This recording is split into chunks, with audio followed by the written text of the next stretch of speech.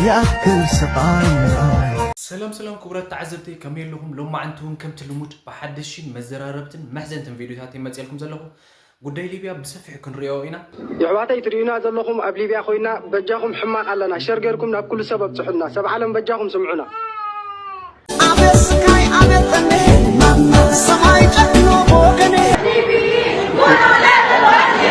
ليبيا للليبي ያለንበት ሁኔታ በጣም አስከፊ ሁኔታ ላይ ያለነውና የ2007 ታሪክ አለመደገሙን ምንም የምናውቀው ነገር የለም። ፋሚሊ ሊቢያ ላላችሁት ወንድሞቼ ዛሬ አጭር መልእክት አለ። ስልካችሁ ላይ ስቶፕ ኪሊንግ ኢትዮጵያን በጣም ተዋሳይ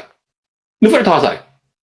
ኣብቲ ሽዑ ግዜ ናብ ሕጊ ዘይቀርቡኒ እዚ ሁሉ ደቂ ኣንስትዮ ኣዋሲኦም ብበኺያም ፅኦም ከምኡውን ካልኦት ብዛዕባ ሰልጠነን ፋጨን ዝከራኸሮም ዘሎ ነገራት ንስውን እሸይ ትንክፍ ክነብሎም ኢና ንዓቶም ዝመሳሰሉን ካልኦት መስሓት ምድላዋት ኣለውን እዚ ምድላው ተተመቸኩም ድማ ሰብስክራይብ እና ላይክ እናገበርኩም አባላት ናይዚ ፍቅር ዝኾነ ቤተሰብ ኩኑ ክብለኩም ይደሊ ሰናይ መክታል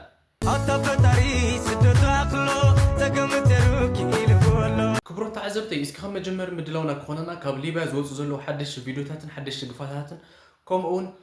ናይ ሊብያውያን ሰላማዊ ሰልፊ ኣሎ እስኪ ንርአዮ። يعواتي ترينا زلهم قبل ليبيا خوينا بجاكم حماق علنا شرقركم ناب كل سبب صحنا سبع عالم بجاكم سمعونا تضرب الله يحفظهم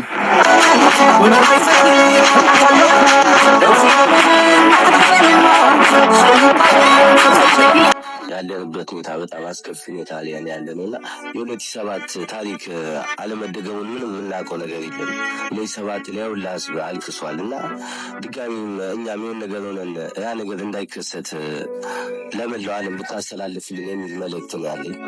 ኢትዮጵያ ኤርትራ ባላችሁበት ቦታ ሰላማችሁ ዝት ይበለን። ተራት ቪዲዮ ፖስት ነበር ቫይራል ወጣ። ዘፈን ቢሆን ቫይራል ወጣ ነበር። እኛ ስደተኞች ነን፣ ሊቢያ ነው ያለነው። ሊቢያ ያለ ስደተኛ ደግሞ እየተጨቆነ ነው ያለው። እኛ ምንም ነገር ገንዘብ እርዱን አይደለም እያልን ያለነው፣ እየታገተን ፖሊስ እያሰረን ያለውና አባካችሁ ድምጹን ነው እያልን ያለነው።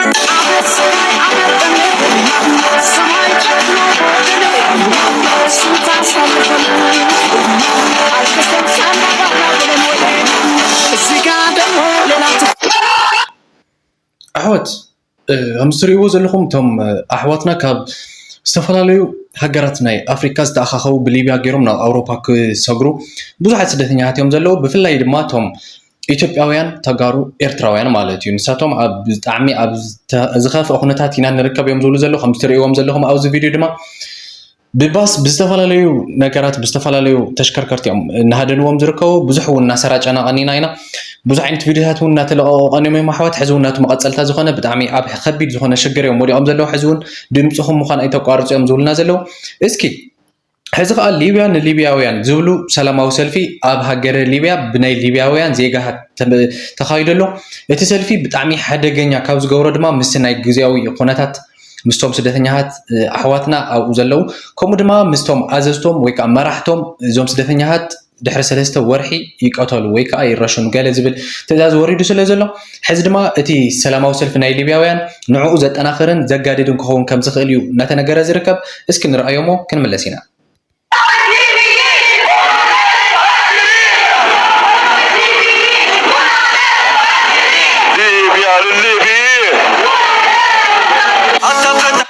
ኣሕዋት ከም ዝሰምዕዎም ዘለኹም ሊብያ ንሊብያውያን እያ ትብል ዘላ እዛ ሰላማዊ ሰልፊ መፈክሮም ማለት እዩ።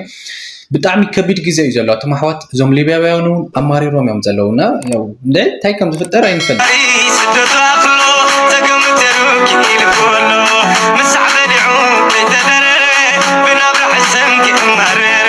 ፋሚሊ ሊቢያ ላላችሁት ወንድሞቼ ዛሬ አጭር መልእክት አለ። ስልካችሁ ላይ ስቶፕ ኪሊንግ ኢትዮጵያን ኤርትራን ሪፉጂ ሊቢያ የምትለው ሎጎ የለችም? እሷ ስልካችሁ ላይ ካለ ምናምን ተጠንቀቁ። እንደገና ደግሞ ሪሲት ሐዋላ ሳንቲም ወደዚህ ስታስልኩ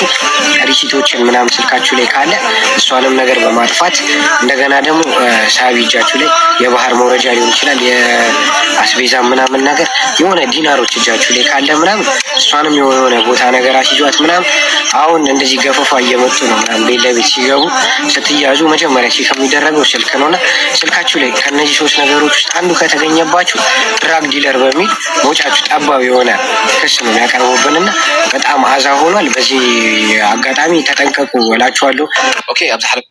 عود خمسة سمع حمو زياب تعمي أقداسيت ملختي أنا توم قبل ليبيا زلوا أحواتنا أحتنا شير إلكم ويكادو ويلكم ترخوهم سوات تتنقروهم بتعم تصبقوا بتعمي ألرت زخانة ملختي سلا زخانة مالتي تايز بلنا زلها زحونا قبل ليبيا زلوا خمسي أب موبايلكم ستوب killing Eritrean and Ethiopian refugee ويكأخلوا تعين refugee stop level ما فكر زلوا بانرات ويخا لوجوتات على نسوا تسابوزح تسرعوا سلا زلوا نسوا حدك تدفعوا لكم كلايكا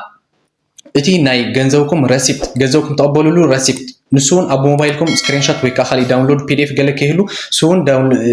ዲሊት ግበርዎ እዩ ዝብለኩም ዘሎ ምክንያቱ ድማ ናይ ዕፅ ኣሰጋገርቲ ከይትበሃሉ ዕፅ ኣሰጋገርቲ ተባሂልካ ከዓ እቲ ብጣዕሚ ዝኸፍአ ናብ ፀበባ ዘእቱ ዘሸግር ዓይነት ቅፅዓት ከቅፅዐኩም ስለ ዝኽእል ማለት እዩ ናይ ዝሓውና ዓባይ መልእኽቲያ እዚኦም ሼር በልዋ ይኹን ክቡራት ተኸታተልተይ እስኪ ሕዚ ከዓ ሰላማዊ ሰልፍታት ኣብ ዝተፈላለዩ ከባቢታት ንኣብነት ኣብ ብራስለስ ቤልጅየም ከምኡውን ኣብ ዩናይትድ ኪንግደም ይፅዋዕ ኣሎ እቲ መፀዋዕታ ንስማዕ እሞ ተመሊስና ክንጋና ኢና ኣሕዋት ከምቲ ረኣናዮ ኣብ ሊብያ ዝርከቡ ዘለዉ ኤርትራውያን ስደተኛታትን ካልኦት ኣፍሪካውያን ስደተኛታት ኣዝዩ ፀቕጢ ይግበረሎም ከም ዘሎ ብመንግስቲ ናይቲ ሃገርን ኣብ ገዝኦም ይኹን ካብ ዝተፈላለዩ ክፋላት ናይታ ከተማ እውን እናተኣሰሩ ኣብ መዳጎኒ ቦታታት ይዕቀቡ ከም ዘለውን ተራእዩ ነይሩ። እዚ ኩሉ ኣብ ልዕሊ ስደተኛታት ዘጋጥም ዘሎ ዓመፅን በደልን ንምቅዋም ተባሂሉ ሓደ ዓብይ ሰላማዊ ሰልፊ ኣብ ኤውሮጳ ተዳልዩሎ ማለት እዩ። ነቶም ዘይፈለጡ ዘለዉ ሰባት ድማ እዛ ቪድዮ እናረኣኩም ሼር ግበርሎም። እዚ ብኤርትራውያን ተመዲቡ ዘሎ ዓብይ ናይ ሰላማዊ ሰልፊ ፃውዒት ንዕለት 10 ወርሒ 4 2025 ኣብ ብሩስለስ ርእሲ ከተማ ናይ ቤልጅየም ክካየድ ማለት እዩ። ኣብ ቅድሚ ቤት ፅሕፈት ናይ ኤውሮፓን ዩኒየን ክካየድ ስለዝኾነ ኩሉ ሰብ ነዚ መልእኽቲ እዚ ክበፅሕም የተቃውሞ ሰልፍ በሊቢያ ኤምባሲ በር ሰሞኑን በሊቢያ ላይ በወንድሞቻችን ኤርትራውያንና ኢትዮጵያውያን እየደረሰ ያለውን በደል ለዓለም አቀፍ ማህበረሰብ ለማድረስ ኢትዮጵያውያንና ኤርትራውያን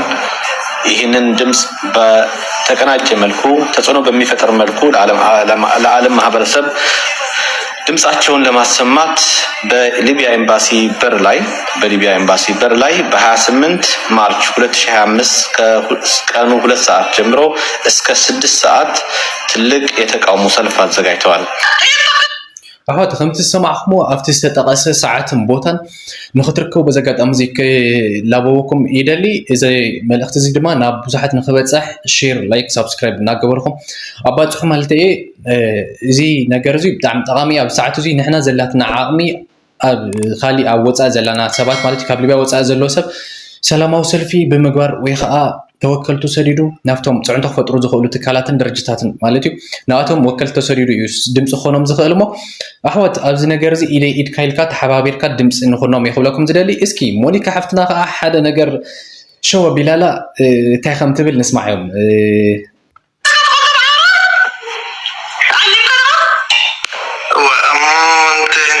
ሞኒ ዕላማና ዘይኮነስ ዘይኮነ ምፅኢና እምበር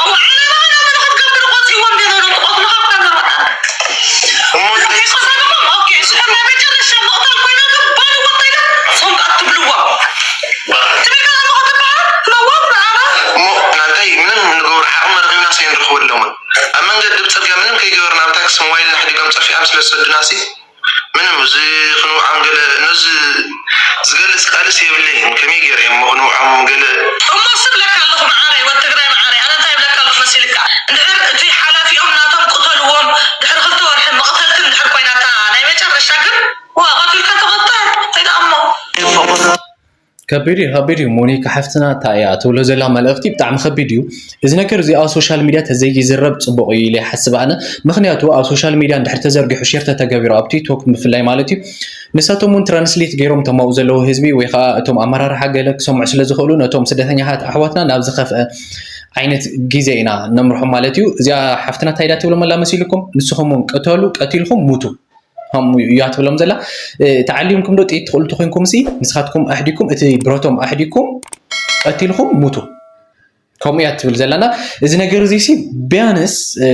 كنجرونا أي ولون أنا إذا نجرزي أمنا البرسونالي تزي خوي نجن أما رأت أو سان كارلو ساعات ناخد جبرة إذا نجرزي إنبوكس ويخاب بزخالي لما تن إنبوكس تزخوني زمرات أحوات سكرهن حزخ أتا يقول له إذا كله خناتات نتزاربنا خمي خمزة ولا خبيت كمزة ولا نفلتنا إذا بتعمل حماقات ናብ ሱቆ ኣዘትዎም ዘለው ደላላ ከዓ እንታይ ይብሉ ኣለው ጉዞ በዚህ ሳምንት የሚፈልግ ወደ ሊቢያ ያናግረን ኢንቦክስ ያርገን እዮም ዝብሉ ዘለው ናብ ሊቢያ ክትኸዱ ትደልዩ ሲ ኢንቦክስ ግበሩና ኣብዚ ሰሞኑ እዚ ክነብፅሐኩም ይብሉ ኣለው ደላላት መቸም እንታይ ከም ዝፍጠር ዘሎ ጠፊዎም ኣይኮነን ግን ናቶም ቢዝነስ ስለ ዝኾነ ህዝበይ ግን ከይትሽወድ ፕሊዝ ኣብዚ ሰዓት እዚ ብጣዕሚ ሕማቕ እዩ ዘሎ ከቢድ እዩ ዘሎ እቶም ዘለው እኳ መውፅእ ሲኢኖም እዮም ዘለውና ኩላትኩም ተጠንቀቁ ይኽብለኩም ዝደሊ እስኪ ዳ በሸራ በመቅረት አንዲያታ አብጅ ማራ አንገዲፉ ከቢድ እዩ ኣሕዋት ከም ትሪእዎ ዘለኹም ብበረኻ እዩ ትጉዕዞ ተጓዒዝካ ኣብኡ ጥሜት መግረፍቲ ስቃይ ማእሰርቲ ብዙሕ ነገር ኮተስ ብኣንደበተይ ክገልፆ ዘይኽእል ብዙሕ ዓይነት ስቃያት እዩ ዝበፅሖም ዘሎ ሞ ተጠንቀቁ ይኽብለኩም ዝደሊ በዚ ኣጋጣሚ ኣሕዋተይ እስኪ ሕዚ ከዓ ጉዳይ ሰልጠነን ፋጨን ኣሎ እንታይ ዘነጋግሮም ንስማዕ እዮም ኣክተርቲ ዝኸውን ፅቡቅ ንብል ኣነ ብጣዕሚ ተዋሳኢ ንፍዕ ተዋሳኢ ኣብ ሽዑ ግዜ ካብ ኣዛንቡን ክትሪኦ ትኽእልካ ኤዲት ዝኾነ ቪድዮ እንዳተዋረፁ በቃ ከምዚ ናይ ድራማ ዓይነት ቪድዮ ገይሩ ሰሪሑ እንታይ ዝበሃል ዝገብር ዝነበረ እንታይ ከ ናብ ምግደብ ሰኺድ ነይሩ እኳ ስኻሲ ንስ በዓል ኣብራር ዑስማን ባህጊ እንዳበልካ ትረፍ ዝነበርካ ሰብ ደላይ ፍትሒ ዝነበርካ ኢኻ ኩሉ ርክብካ እውን ምስ ደለይት ፍትሒ ነይሩ ኣሁንካ ናብ ምግደብ ከይድካ ዳ እውን ሓቂ እንተለካ ላ ደገፍ ትግርያ ስለ ዝደገፍካ ፍጹም ወላ ሓደ ሞት ሰጊረ የመፅያ እቲ ዝኸፍአ ሂወት ርአ የመፅየ ሕጂ እዚ ናይ ሰብ ፀለመ ገለ ወላ ሓደ ይገብረንን ናብ ሕጊ ዘይቀርቡን እዩ እዚ ኩሉ ደቂ ኣንስትዮ ኣዋሲኦም ድበኺያ ምፅኦም ኣነሲ ኣብ እስራኤል ኣሕዋት ኣታ ከታ እዩ ዝፍፀም ዘሎ እቶም ሰባት ኣብ ስደት ኮይና እውን ስነናባዕልና ዲ ምስምማዕ ከኣበና ቢያንስ እቲ ድሓን እቲ ፖለቲካዊ መርገፂ ገለ መለሙ ሕደጎ እቲ ንሱ ኣፈላላይ ግደኽዎ እንታይ እዩ እቲ ሓደ ሰብ ከምዚ ገበረኒ ወይ ከዓ ከምዚ ገበርካ ከምዚ ገለ መለ ንሱስ ኣይጠቕመናን ኣሕዋት ኣብዚ ነገር እዚ ንስኻትኩም ርእቶ ሃብሉ ግን ኣነ ግን ኣብዚ ኽድኩሞ ተሰማሚዕኩም ብሰላም ተትነብሩ ተተሰማሚዕ ይኽብለኩም ዝደሊ እዚ ነገር እዚ ሓዲጎዮ ኣለኹ እስከ ውዚኻ ሓንቲ ትገርም ፎቶ ናይ ሰሙን ተባሂላ ኣብ ሶሻል ሚድያ ትዘዋወረላ ሞ ከመይ ገይሮም እዮም እዞም ሰባት ፎቶ ልዒሎሞም ዘለዉ ነዞም መርዓትን መርዓውን ራእዩ ብጣዕሚ ዝገርም ኣነ ክሪኣ ከለኹ ገሪምን እዩ ሓቂፎም ሲ እዞም ኣዕርኽቱ ማለት እዩ ያው ብቻ ካብቲ ቪድዮ ካብቲ ፎቶ ስለ ዝረኣኸሞ ያው ኣነ ምድጋም ኣየለይንን እስኪ ሕዚ ከዓ ደስ ባህል እውን መግረሙ እውን ዝኾነ ቪድዮ ሎ እስኪ ንስማዕ ከም ረሲዩ ተውፅኦ ተሓፅቦ ጨኑ ትጨና ናይ ነፍሲ ስክጠ ማለት ሆነት ጨኑ ሕዚ ከምኡ ብላለ ተዋና ገዘይ ነግራ እንዲህን ከምዚ ሕዚ ይብላ ሕጂ ሓደ ማለት እዩ ትናፍቀን ንበርሃት ከሎ እቲ ካምቻ ምሳይ ዘደቅሶ ኢልያ ነገርቂ ኮይ ዋን ምንታይ ኢላትኒ በራት ሞ ምሳይ ዘይኮን ምስጥጌ እንዲ ዘሎ ግን በቃ ክናፍቀን ከሎ ከምዚ ራይሞ ከመይ ከምጨኑ ይብላ ካምቻ ሃበኒ ኢሉ ሰለስተ ሃብ ቁርፈት ከለኹ ንምንታይ ኢሉኒ ክትናፍቀና ከለካ ክኸይድ ከይትብለኒ ዝብሎ ክኸይድ ምዃንካ ይፈልጥ እንዴ በራት ክኸይድ ግን ከይተውፃእካ ኣብ ዝሃፍካ እዩ ዝብሎ ሕጂ ግድን ፅጌ ስለ ዘላ ናባይ ምሽ መፅእ ፅንሕ ኢሉ ኣና ቀስ ኢለ ቡና ሓደ መቐረቢ ቀስ ኢለ ግዜ ክወስድ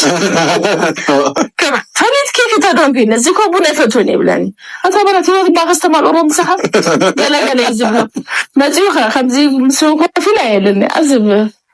كم زي كم قول أزرق مين هيك خمسة أبركوسي كوفي ليزر ولا ميتوهم ده ولا بتعمل زجر محاوات خمسة عينة فقري يعدل لنا يقولكم زدلي زي سس عينة فقري تناتو كمشة تناتو جناسي بتعملوا نايس دسيزول قالت لنا زي اللي زحفتنا اسكي خم عينة زي فقر بقى زي ما فتار فقر نخلها يعدل لنا حوات بذا قد أمزي تاينا مهنو لكم هتم فقر هو تلخمون كم زي لكم تتفقروا دسي لنا إنت كمشة أنا نايزي سبايسي أو بتشا سامعهم وندهم كابعلا بتعمي دسول بتعمي زجرم خمسة عين تفقرن خلاتنا فتاري عدلنا كالي منهم كل عدلنا اسكي حزة خلنا أتصل أوزن إمجرم فيديو اسكي نراي حفتنا ترى نفسي فيلم سريح تبان الله تفيديو مرايوه حبش أرأسته فيلم كله اللي زوا علوه كم بقولكم يعني ومتشم كم ذا اللغات ما جرت كحد أفسيت لنا أتخونا حنت ولا زدليسي ما جرت كحد كلاس كنزي سلاز ولد قاطع بين تردانع تدان جرس ما جرت كحد أبوي تشافينا قوني بلو وقعت خفلو لسرح له رئاسة حفرني حجانا أحوات ዋጋ ትኸፍለሉ ስራሕ ኣሎ ትብለና ኣላ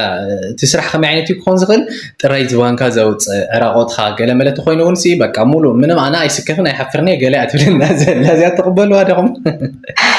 ብባህግስ ኣይሓፍርኒ በቃ ተኹርዓለ ስራሕ ደስ ይብል ብዛዕባ ዝዛረበላ ስራሕ ሽዑ ሰማያዊ ጀሪ ካሜራ ሒዙ ክስእለኒ ከሎ ሲ መሓፋር ዓይነት እዩ ክኸውን ስለ ዘለዎ ግን ጥራሕ ነብሰይ ግድን ክኸውን እምበር ናይ ኤርትራ ብዘይ ክዳን ሓመድ እድሪስ ዓወት እዋይ ኣታ ኣነስ ክሓምቕ ካሜራማን ትምህርቲ እኮ ጀሚረ ነይረ እንታይ ኮይነስ ከዘይ ቀጸልኩ ኩሉ ما يسمحلك أبي channel نرغبة فيلم قد حبرنا تا فيلم ندو أرسان غرنا مخاطر ده أحوت بتعمل خبير إذا كافتي بوستو كومنتو زول حد سبات لهم نساء استويساتني مالتي مو بالو ما عندنا ولا نمدلو بزي زازي ملو كبرات أحوات أما تشرشان حنتي كستوصفهم زدل نجار انتهلو أبليبيا زلو أحواتنا أحدنا دمس مخان أين رسع أب زخف وان يمدركوا يأخذ لكم زدلي انت لو ما عندك سنة يقولون عقمي من يلكم سلام